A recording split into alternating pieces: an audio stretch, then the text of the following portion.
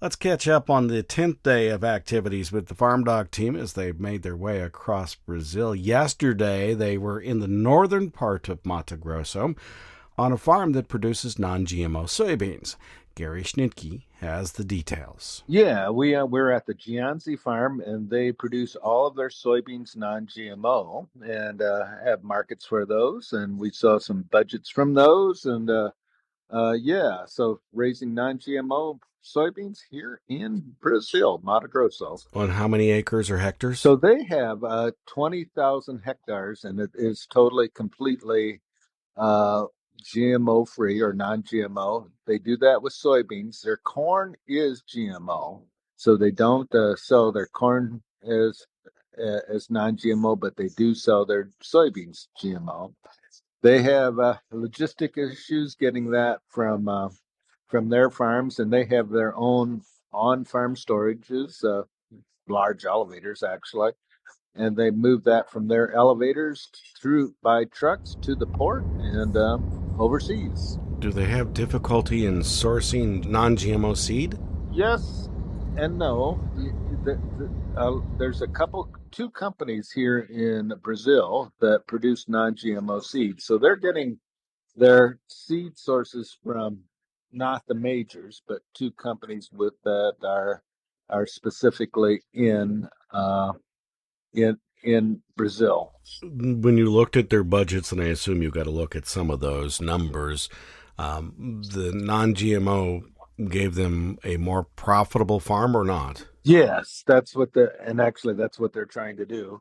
Um, they have lower yields with their non-GMO soybeans and higher costs. They have to use more uh, because they don't have the technology in the seeds. They have to do more sprays, so they have both lower yields and higher cost, and you have to make up for the difference, obviously, in a premium on the bushel. And are they selling directly to the end user?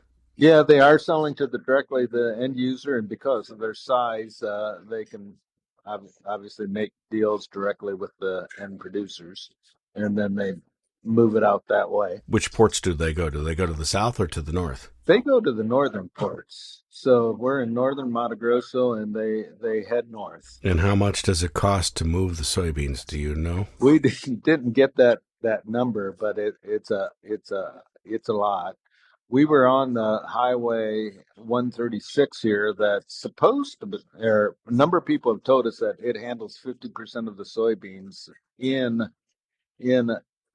Brazil, and it's a long highway, and some of it goes south and some of it goes north, but it's a two-lane road. And it's amazing the truck traffic even now that we're on it. We were on that road for a couple hours.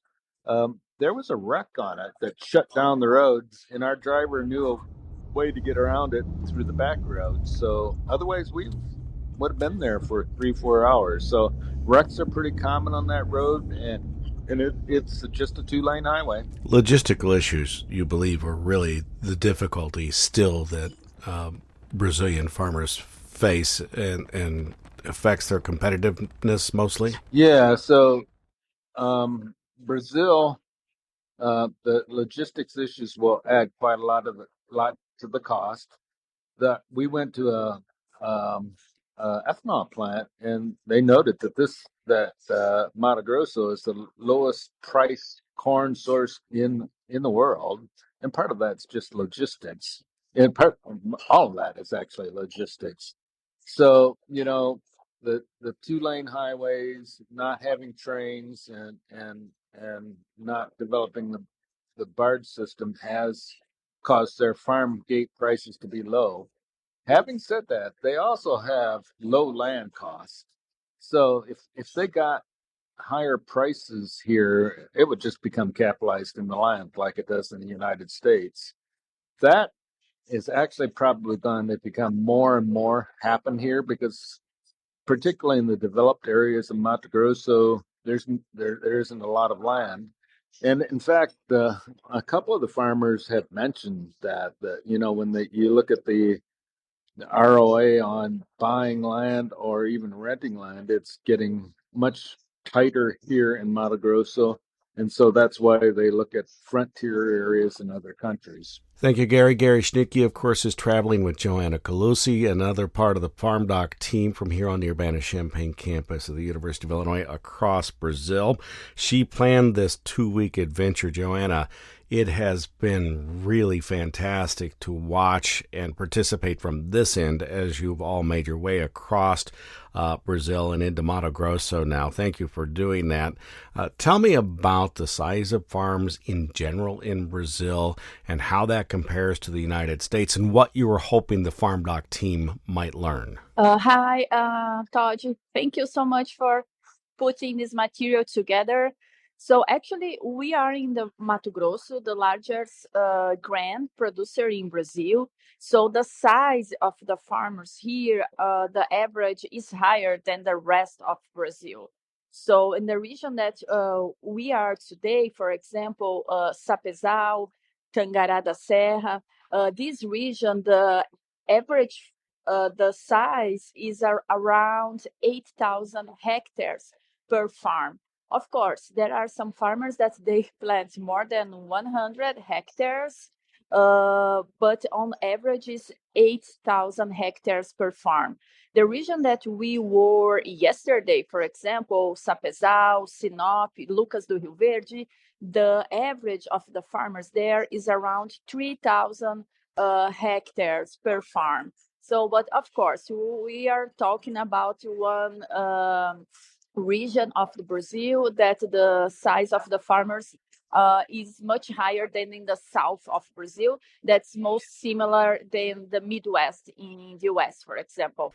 And you've moved into northern Brazil or northern Mato Grosso now. And what will you see today? Actually, we are in the west of Mato Grosso. Today, we'll visit the Schaefer farm. This guy, he plants around 200,000 hectares of soybeans, corn, and cotton. He is investing recently in regenerative agriculture with some actions regarding biological and other activities to reduce the amount of the pesticides, the fertilizers that they use on the farm. And in the end of the day, today we are going to Cuiabá. That will be our last stop in Mato Grosso. Cuiabá is the capital of Mato Grosso. There, we will have a meeting with AproSoja. AproSoja is an association of producers in Mato Grosso, and as well with some hubs of innovation that are investing in digital technologies and technology adoption in general among soybean farmers, actually grain farmers, soybeans, corn, and other cultures. You say you're in the western part of Mato Grosso. Yesterday, I know you had entered the Amazon biome. As you go west, do you get deeper into that biome? Actually, no. Most of part of Mato Grosso is in Cerrado. It's a Brazilian savanna. Just the north part of the north of Mato Grosso, it's Amazon biome. Actually, the region that we were yesterday, Sinop, is in a transition area between Cerrado and Amazon. So when farmers need to open new areas, for example, they need to request a study to analyze if the region is more characterized with Amazon or Cerrado. Actually, they are in a transition area. But of course, even more northern, you go like in direction of Para, we are into Amazon forest. Thank you, and I appreciate you taking the time with us. And I look forward to the webinar that you and Gary and Nick Paulson will be putting on the 18th, next Thursday, and hope people will get themselves signed up for it. Thank you so much, Todd. Have a good one. You too, Joanna. Joanna Calusi is in Brazil this week with the FarmDoc team, including Nick Paulson and Gary Schnitke. All three of them, by the way, will be together on Thursday of next week at 11 a.m. for a FarmDoc webinar. You can sign up for that at farmdocdaily.illinois.edu. look under webinars and get yourself signed up, or you can go to willag.org and look in the schedule, and you'll see it there on Thursday of next week, highlighted in red. Open that up, just click on it, and you'll find the link for registration there as well.